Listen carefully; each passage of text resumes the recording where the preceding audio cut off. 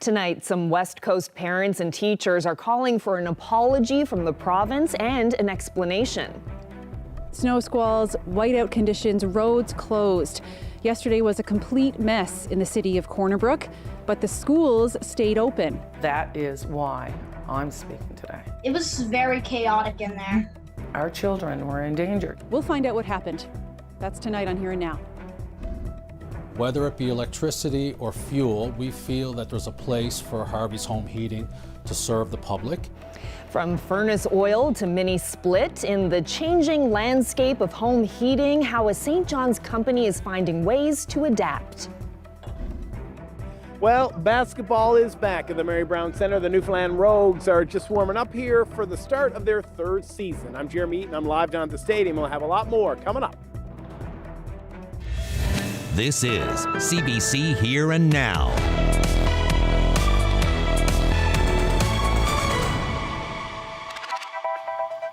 Good evening and welcome to Here and Now. Parents and teachers in Corner Brook want an apology from NL Schools, the newly integrated English school district. Schools stayed open on the West Coast yesterday while nasty weather had many scrambling to get students home safely. Here and Now's Colleen Connors has our top story. Well, this junior high school and all the schools in Corner Brook are closed today. Blustery conditions, lots of snow falling, but nothing compared to the forecast that hit yesterday afternoon. The whole city of Corner Brook basically shut down. City buses were taken off the roads. It was very hard to see anything. Everything closed, except for the schools. And one teacher who works here says that that made for a very chaotic and traumatic afternoon for many students.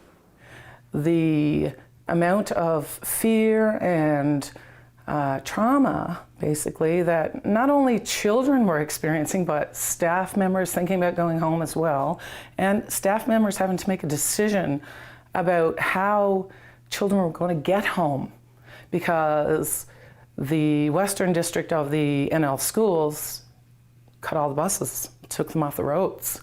And therefore, we had children in schools that potentially could have had to stay a lot longer than the actual dismissal time, which brought a lot of stress to children. This teacher says she and her colleagues were pushing for a closure and encouraged students to arrange rides home. She says no buses ever came, so some students went home in cabs. A statement from the Department of Education says buses were able to run prior to 3 p.m. and says a team on the ground was working to monitor the weather, which is how the department has been determining closures for years. The Teachers Association strongly disagrees. It's not a perfect science, but we do have enough information, and erring on the side of caution for the safety of children needs to rule the day here.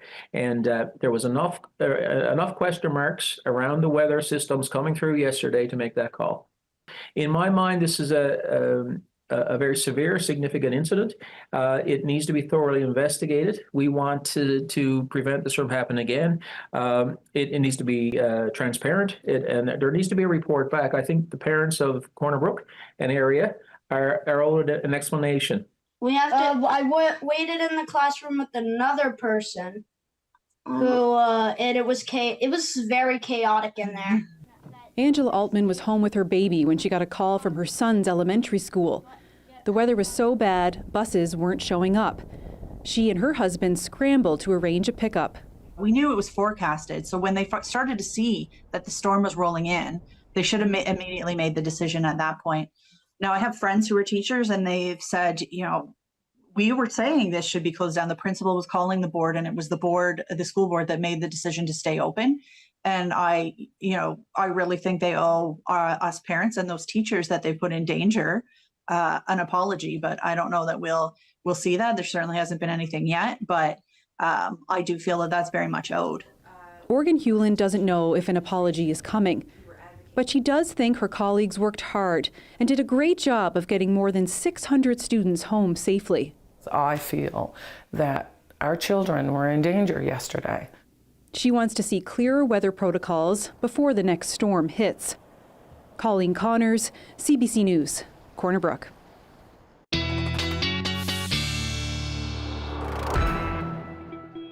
Time for a check of your weather forecast. Ryan Snodden in for Ashley tonight. And yeah, the good news is with those relentless snow squalls, they're starting to ease. As we work through tonight, we're going to see these snow squall warnings coming to an end, the wind warnings as well. And yes, conditions improving as we move throughout the evening and into the overnight. And you can see model doing a pretty good job here indicating those squalls coming to an end as the winds start to back off. Now, for the weekend, still looking at some flurries in the mix across a good portion of the province, southern Labrador and western Newfoundland throughout the day tomorrow in particular. And yes, a system passing just to the south will throw some flurries, even some very light snowfall across the Avalon Peninsula on Saturday as well. Still some flurries in the mix for Saturday night into Sunday as another system passes off to our south. So yes, plenty of flurry chances this weekend, but no major systems.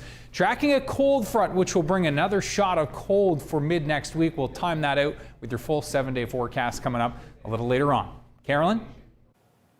Thanks so much, Ryan. Well, companies that supply and service furnaces are adapting as more residents make the move away from oil.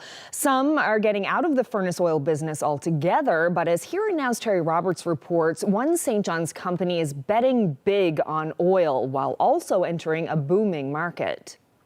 Mini-split systems like this one are showing up more and more outside homes in the province, a sure sign that awareness over climate change, taxes on pollution, and generous government incentives are shaking up the home heating sector. Now a big name in the furnace oil delivery business in St. John's is jumping into the mini-split market with both feet. Well, we always say the air and the water doesn't know what's heating it. So whether it be electricity or fuel, we feel that there's a place for Harvey's Home Heating to serve the public. Harvey's Home Heating has rebranded and joined the flurry of companies that are now selling and servicing these units, which are touted for their energy efficiency and ability to heat and cool a house. Mini splits are being called a game changer in reducing emissions from our homes. So we figured that we have a lot of great resources here in people and vehicles and sales teams and dispatchers and that. So why not leverage that to extend that same great Harvey service over to people that choose to heat their homes with a mini split.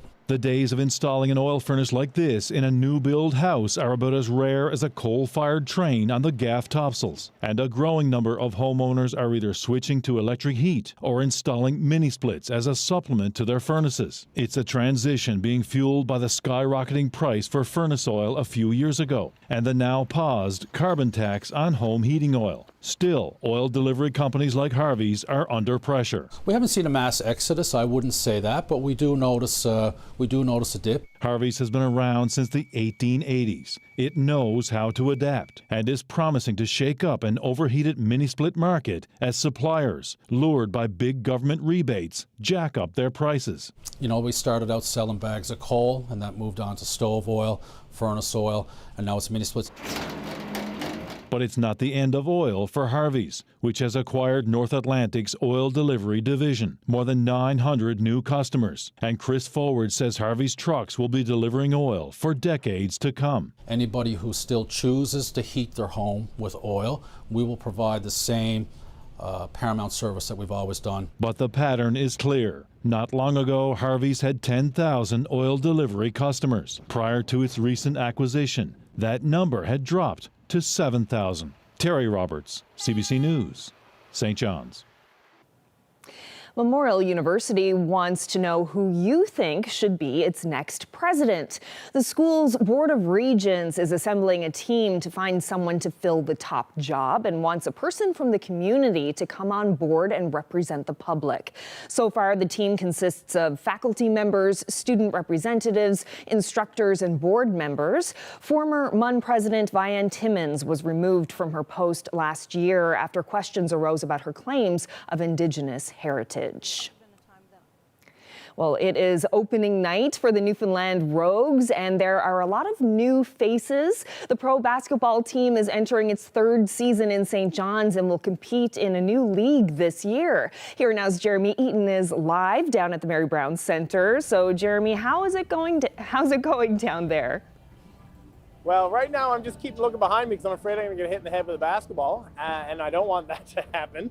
But it's going pretty good. I was speaking to the CEO, Brent Mead, of the Mary Brown Centre. They're expecting In excess of 1,200 people to show up here tonight to check out the new look Newfoundland Rogues. And you can see here behind me, this is the Jamestown Jackals that have come in from the United States for the start of the third season. Now this is the Basketball Super League, which is a combination of the NBL Canada and some TBL leagues that the Rogues played in last year. So there are, as we said, there's 8 new faces, but there's also a couple of returning players, including Daniel Fu here. Daniel, thanks for joining us. No problem. Good to see you. This is your second season back with the team?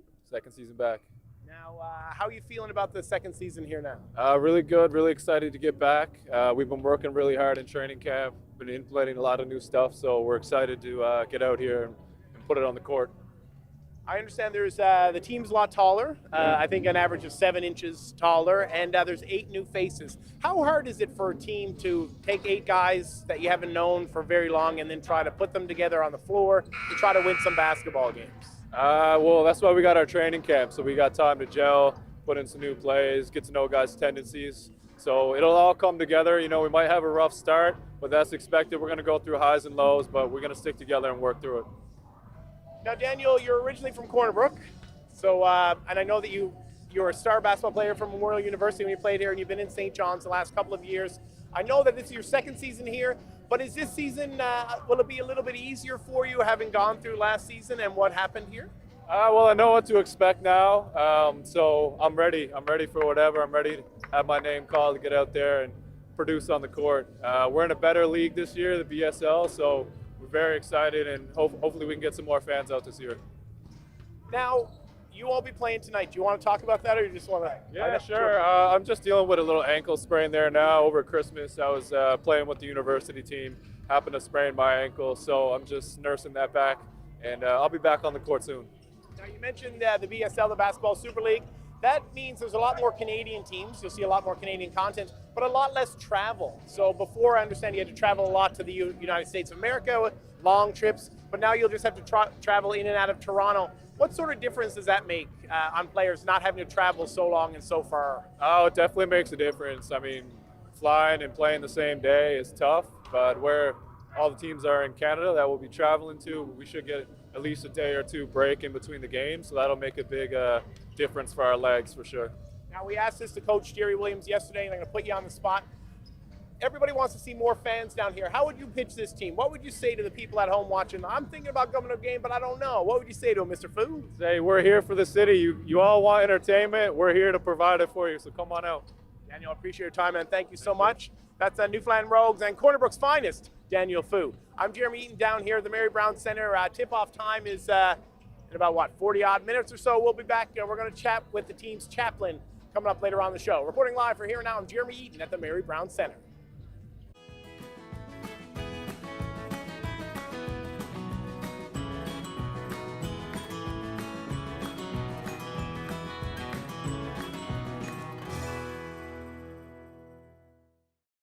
My name is Charlie White. I have an outdoor YouTube channel based out of Corner Brook, Newfoundland, right next to Stephenville in the Bay St. George area. Chase the Seasons is something that we do every single year. As Newfoundlanders and Labradorians, it's getting out and doing whatever activity is available for us at that time. So what we're going to be doing together here over the next couple of months is we're going to be doing some rabbit snaring. We're going to be doing some ice fishing for trout and smelt, and we're going to be doing some snowmobiling, some winter camping. It all depends on what Mother Nature is going to throw at us. His signs are small, his dreams are big. Meet the former progressive conservative who's running here as an independent in Conception Bay East, Bell Island. A calmer weekend shaping up across the province as those winds ease. Still a few flurries in the mix. We'll walk you through your weekend timeline and have a look at that 7-day forecast coming up.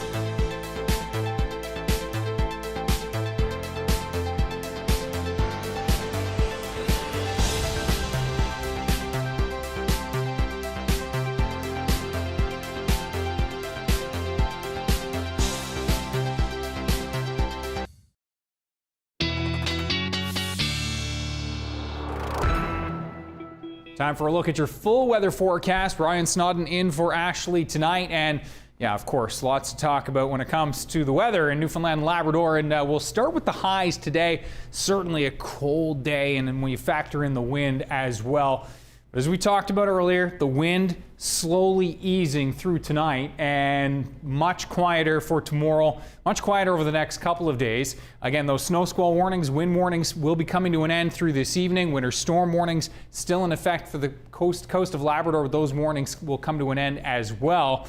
And yes, a much better weekend, especially along the coast of Labrador. But yes, for western Newfoundland and across the Avalon, where the squalls have just been relentless over the last couple of days, and those strong winds will start to subside as we watch that low pressure system move out. Keeping an eye on this system here, which is sailing up and just to the southeast of the province for tonight into tomorrow. Close enough that it will throw some flurries and even some light snowfall possible, as it will be awfully close and a very close track for tomorrow. Here's how it times out. So yeah, some flurries in the mix tonight, no question, but note those squalls are coming to an end. And that's some good news there. Now into tomorrow morning, still quiet, but that system approaching over the Grand Banks again will throw at least some flurries into the mix across the Avalon Peninsula. And this secondary trough moving in from the north will spark up some flurries as we move throughout the day tomorrow. Some clearing, Nain down towards Labrador City overnight tonight. Happy Valley Goose Bay, chance of a flurry, but yeah, you can see flurry chances. Temperatures certainly chilly through the overnight. Tomorrow, those winds light. Won't that be a pleasant gift for everybody after the last couple of days? They will be light northerly, keeping temperatures right around the 0 to -2 range across the island for tomorrow. Labrador -3 in Cartwright and 0 in the Strait, -8 Happy Valley Goose Bay, and temperatures near -13 to 14 Lab City to Nain for tomorrow. Okay, so this trough will continue to throw some flurries into the mix for Saturday night and into Sunday as another system passes just to the south, but it is a swing and a miss. Flurries, though, certainly in the mix, and some dominant cloud cover across the island on your Sunday.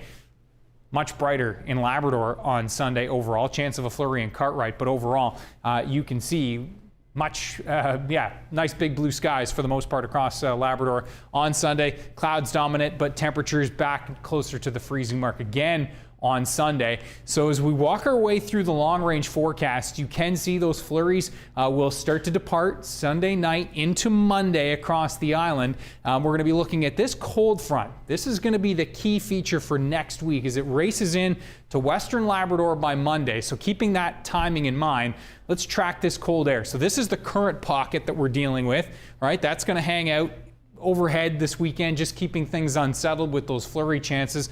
But this is the one we're tracking for next week, this next round of cold, which will sweep down and across the province for Tuesday and into Wednesday. And that one will mean business. It looks very cold, especially for Labrador. Let's have a look at that 5-day forecast. So again, temperatures near the freezing mark, but certainly lots of flurries in the mix this weekend, especially Saturday night into Sunday. Flurry chances for Monday as well, but starting to see some sunshine. Tuesday, another chance of, yes, just flurries, so no major systems, but there's that frontal boundary coming through Tuesday night into Wednesday, and yeah, that will be certainly a cold shot, where temperatures across central Newfoundland will drop into the -20s, and daytime highs on Wednesday near -10. So it is certainly going to be a cold shot coming in, and again, flurry chances, but those squalls thankfully coming to an end for western parts of Newfoundland. Still some flurries to contend with this weekend. And again, quite chilly as we turn our corner into mid next week. And again, as promised, the Labrador forecast, and yeah, you can see highs near -20 on Tuesday. So that is going to be a real solid pocket of cold air that is tracking into the region, but lots of sunshine across Labrador. We will see some flurry chances in the west, but note those overnight lows dropping well into the -30s and approaching -36 to 38 for early to mid next week. So definitely want to be mindful of that. That is your forecast now. Carolyn. Thanks so much, Ryan.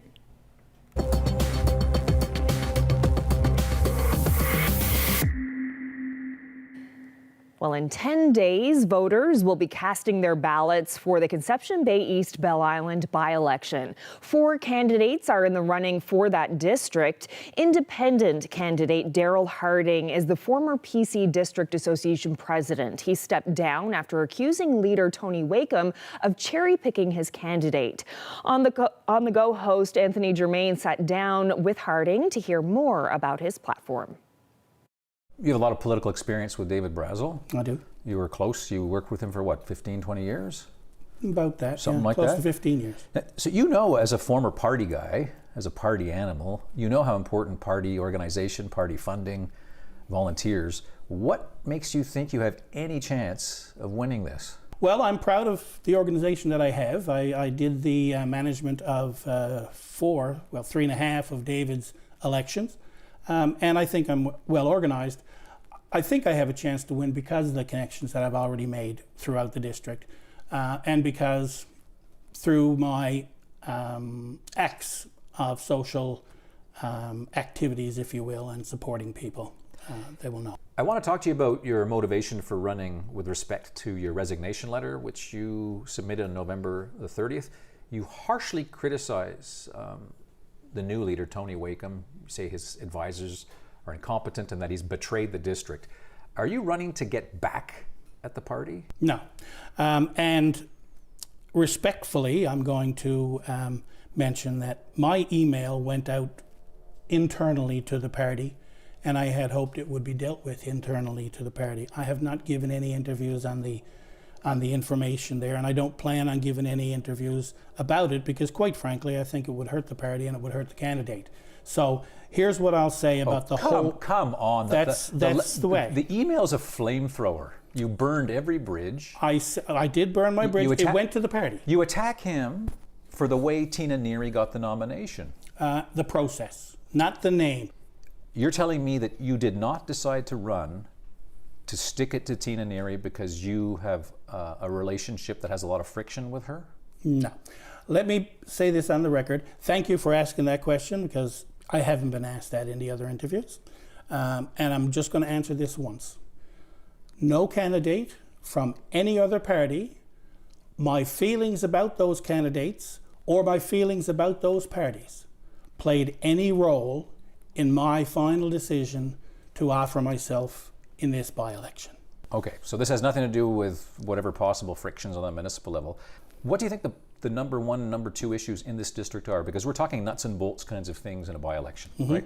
Right now, people on Bell Island or in Portugal Cove or anywhere that's looking to the ferry for transportation, if there's an issue, they phone the number and they get a voicemail, or they speak to someone at Confederation Building, or they speak to someone in Fogo at the other office. They can't speak to no one local that can act for the people like they should. They need a shore manager. The other thing for Bell Island, which is huge, is the water issue over there. They have a water supply which is treated for drinking and for cooking. But when they turn on their water taps for washing dishes, washing clothes, getting a bath, getting a shower, watering their lawn, a thick brown sludge comes out from the pipes. Gross. They're old. Gross. And it looks, I've seen it, it looks like molasses. Okay, Paradise. Paradise, 1,500 students are bussed out of Paradise every day. How many wear a seatbelt? None. Why are they being bussed out? Paradise needs a high school. Portugal Cove St. Philip's, as a standalone right now, 2/3 of the town, a growing town, building with young families, has no water and sewer. So a big need is to supply water and sewer, to leverage capital works monies into other federal monies to what I call finish the loop. As a whole, we need to reopen in the district the public health medical clinic, and we need to increase police presence on our roads for safety. I can tell you certainly know your issues, maybe it's being on town council or just being a political beast, but I appreciate your time and good luck. Thank you. Well, 4 candidates are running in that by-election. Fred Hutton with the Liberals, PC candidate Tina Neary, and the NDP's Kim Churchill. All are vying for the seat of former MHA David Brazel, who stepped down for health reasons. That by-election is set to be held on January 29th. That's where they got the weirdest things happening too. The mushy peas on the side and the curry sauce, and it has to be fried in beef drippings. It's a British invasion in the fish and chips scene, so who makes it best? A local Facebook group is being inundated with feedback from across the pond.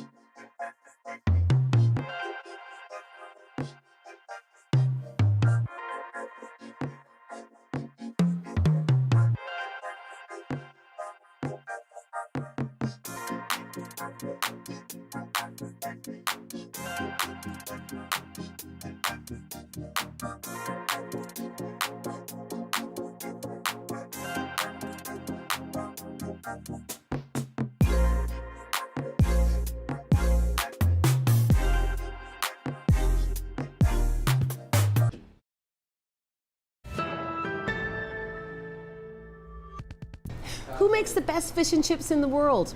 Jeff Meeker was wondering that back in 2018, so he started a Facebook group. And has it ever taken off? We met him at Kelly's Pub for a feed and a chat. Why did you start this Facebook group?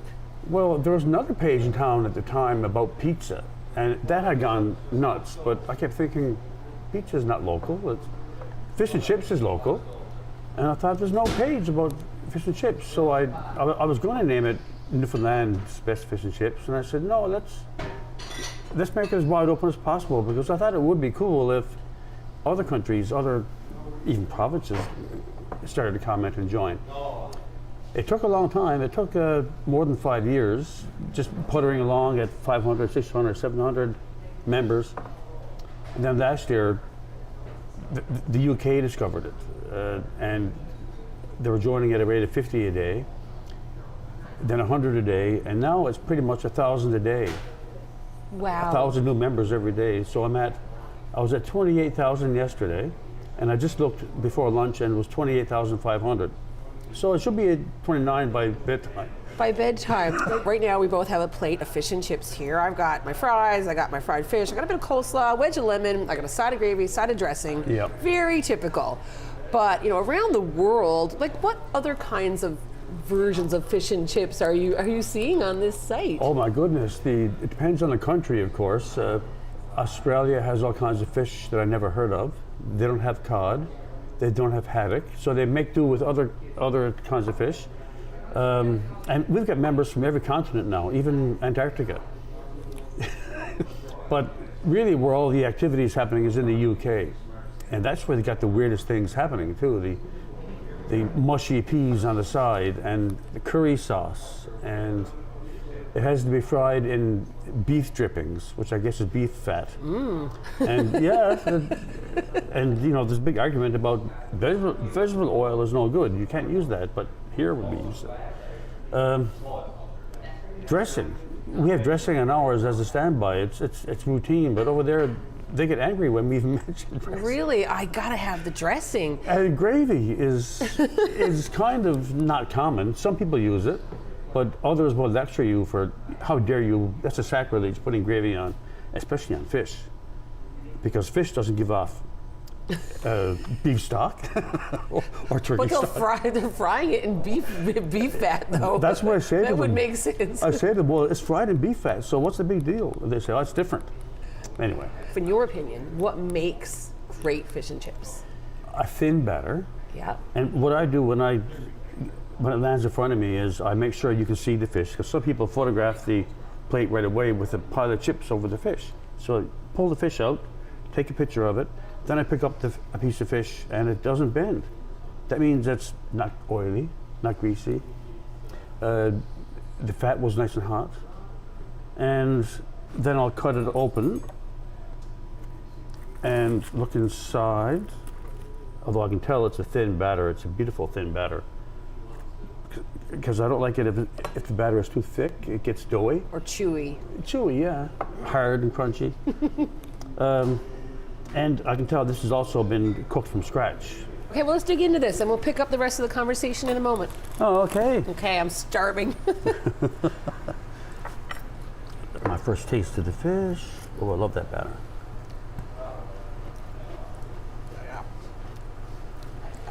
Yeah. Yeah. Yeah. I could eat this every day for supper, you know. You know, has doing this and learning about fish and chips from all over the world, has that inspired you to maybe, you know, leave the province and visit a particular place or a particular restaurant? Oh, I would like to go to Yorkshire in England, because they seem to have the most members on the page and they're the most belligerent about theirs being the best.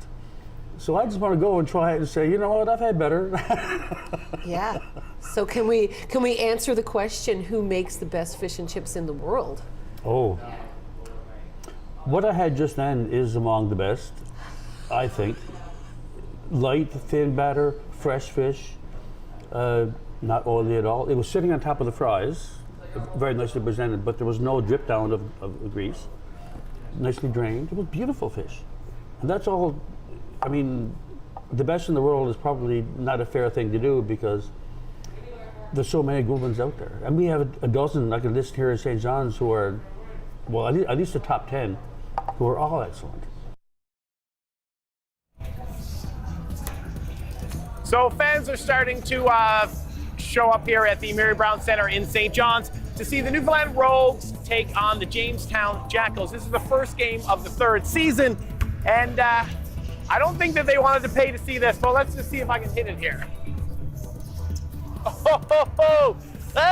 First time's the charm. Anyways, we're going to chat with the team's chaplain, Sister Betty, coming up after the break.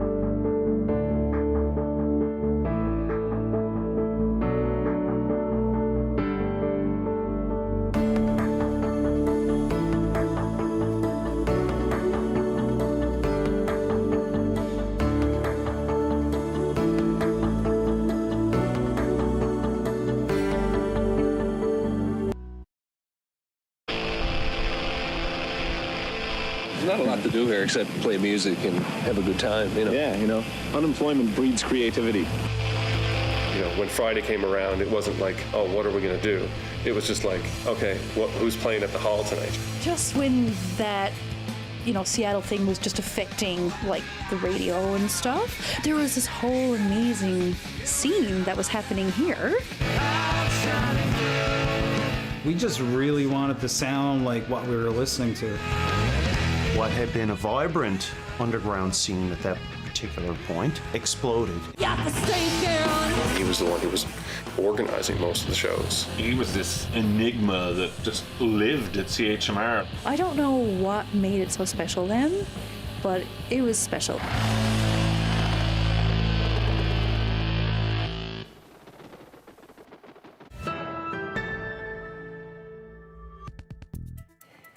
We're about 15 minutes away from tip-off down at the Mary Brown Centre in St. John's. The Newfoundland Rogues team has many fresh faces this time around, but also some familiar faces like the team chaplain. Jeremy Eaton is there now. So Jeremy, how is the crowd looking? Well, the crowd was less than impressed with my three-point attempt, which I tried not to take, but director James, producer Julie, and our videographer Danny were like, you gotta shoot the three. So I popped off the Bloodstones and didn't do too terribly, but that's the first time I've shot a basketball in many, many months. Now, it's not about me, it's about what's happening here on the floor. These are the Jamestown Jackals. They flew in, they got in early this morning, had trouble, lost their luggage, found some luggage, had to buy some stuff. Anyway, they've got everything put together here. Now the teams are getting ready for the tip-off, which is in about 19 minutes. But one of the things that happens is that the teams usually are led in prayer, and they're led in prayer by a very special guest who we spoke to last season. This is Sister Betty. How you doing? I'm doing great. I'm delighted to be back for another season. Now, Sister Betty, you've been the chaplain for this team for 3 years. How has that been for you? What's that experience been like for you? It's been a delightful experience. It's a growing experience. Like, they come and ask me, what are we doing tonight? And other people are asking me, what am I doing here? And I hope that I'm bringing hope to the players and encouragement to the players. So how does it work? It's tip-off is about 18 minutes. Have you been in the locker room? Yes. And what happened there, if you don't mind me asking? I know that might be between you and the team and the Lord, but I gotta ask, what happened in the locker room? Well, in the locker room, everybody went silent as I came in. And the coach welcomed me, and all the players welcomed me. And I welcomed them, and I said to them, peace. And I asked them for quietness, and we said a prayer. What is it? So this is a question I've asked you before, but I gotta ask you again. Where does the balance come? Where is it, the love of basketball or the love of, like, how does a sister become involved with a basketball team? Well, number one, I'm involved in this because I know the owner.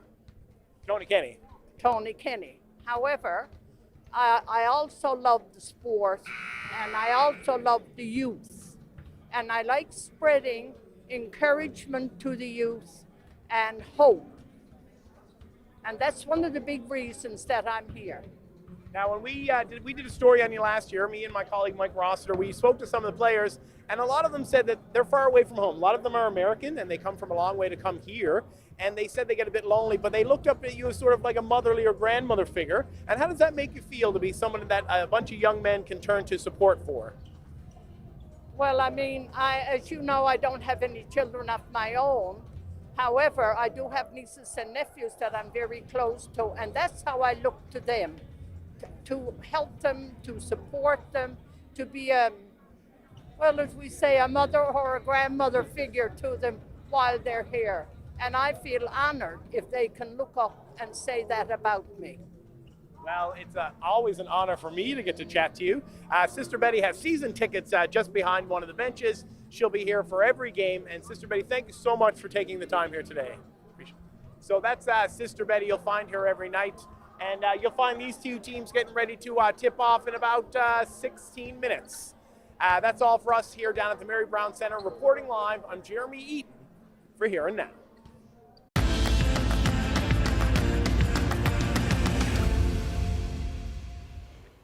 Mina Campbell grew up watching her grandmother clean seal skins with an ulu, a knife traditionally used by Inuit women.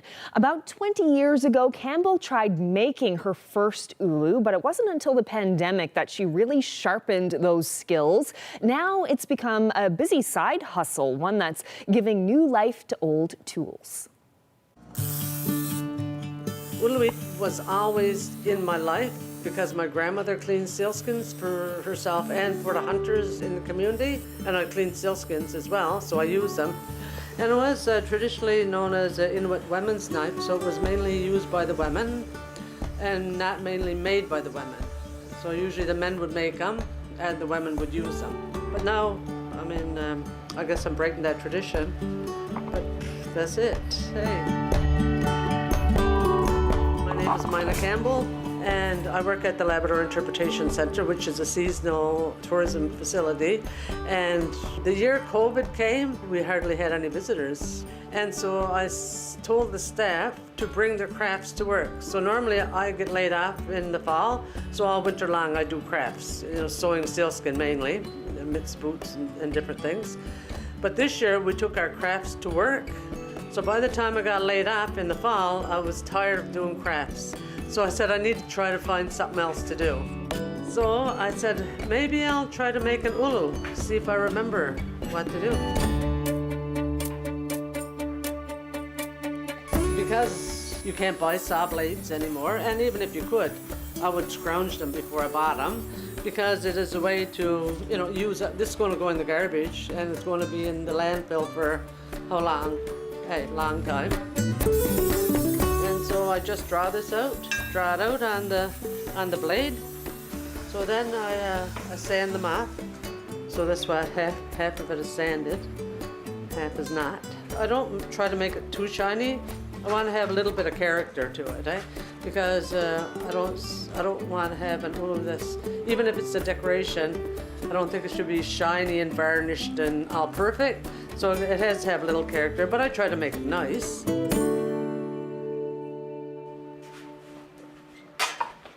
So I drill a hole through the stem, which is going to go on here like this.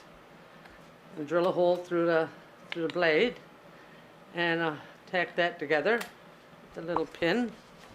And then I put the handle on, drill a hole in the moose antler, which is also something that I scrounge and use up, because sometimes people keep them when they're hunting, but they don't always. And then I also use the antler for a stand. But eventually I do. I'll have something finished similar to this. In my family, like I said, my grandmother used to clean sealskins for people. So you hold it like this. If this is the sealskin, you take the fat off. You got to make sure that the ulu is good and sharp, and I sharpen mine with steel. So you take the fat off just like that, or if you want to cut the meat, you use it like this. So every fall, when I get laid off from work now, I take up my tools, however many saw blades I have. So anybody that got a moose antler that they don't want, I'll take it from you. Same as the old blades, please, and thanks. But I think it is a good thing to continue to do. It's a good way to teach people about the Inuit culture, not only about making them, but also about the use of them, because, I mean, they've been used since time immemorial by Inuit women. So it is a lot of different things, I guess, within a day.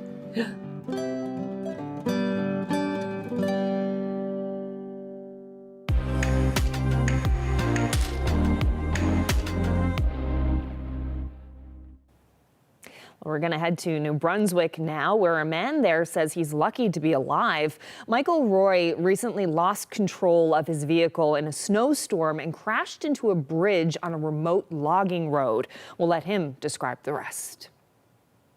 End of my shift, I was working at Lazarus. So I was doing the night shift. So when we come back home, we took a forest road.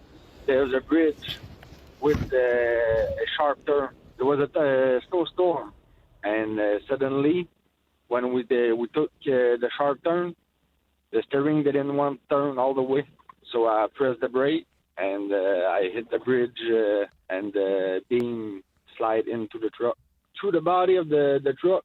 And when he enters into the truck, it hit my seat just enough to lift me a little bit. It ripped apart my pants. I'm glad that it wasn't an inch over, because I will not be here to talk with you.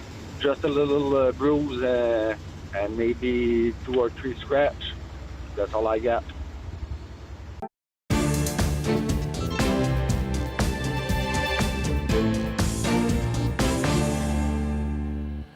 Well, Canadian actor and journalist Noreen Virgin has died. She was 77.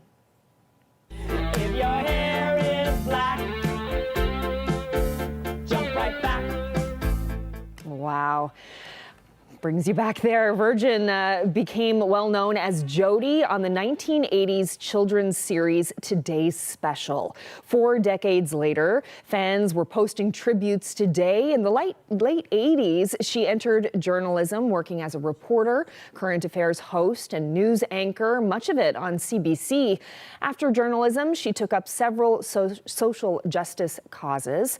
The great-granddaughter of an escaped slave, she also championed Black history. That included helping place in Ontario schools, where before fame, Noreen Virgin started her career as a teacher.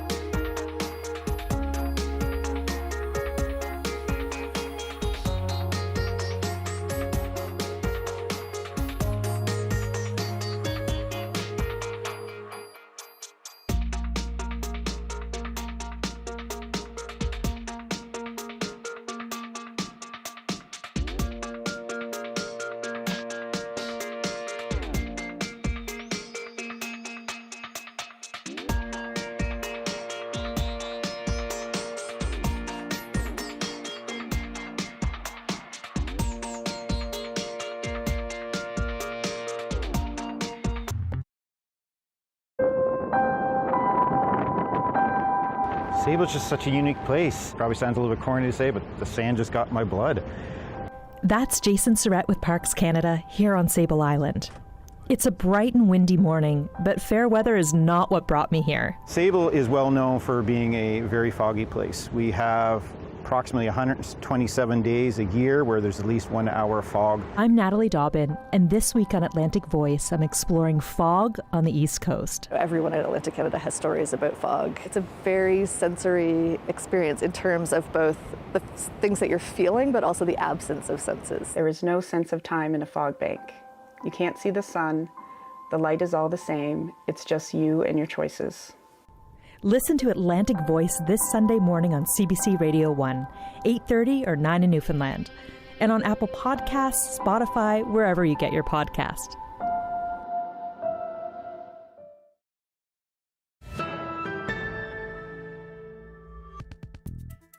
Well, it's Friday, so let's find out who's celebrating. Happy 64th anniversary to Philip and Helen Buckle of English Point in Labrador.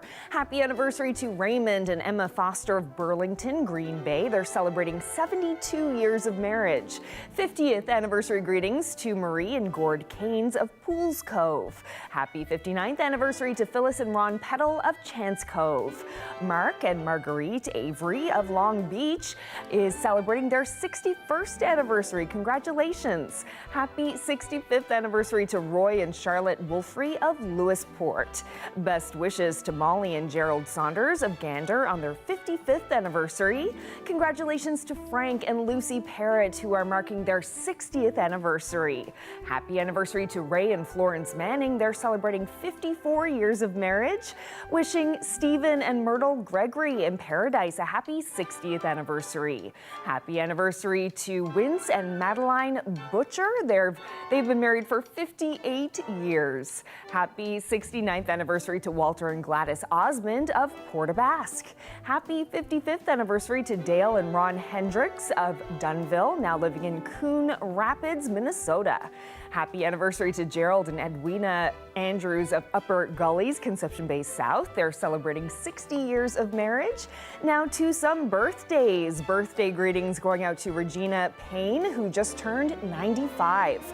Wishing Nita Pye a happy 93rd birthday. She's from Lodge Bay and now lives in Charlottetown. Happy birthday to Violet Vivian. She's celebrating her 91st birthday. Best wishes to Nellie Greenham of Twillingate, who's celebrating her 99th birthday. Birthday greetings going out to Fern Dyke in Gander, who's turning 93. Happy 92nd birthday to Bob Moore of St. John's. Miriam Nee of Badgers Key turns 92 tomorrow.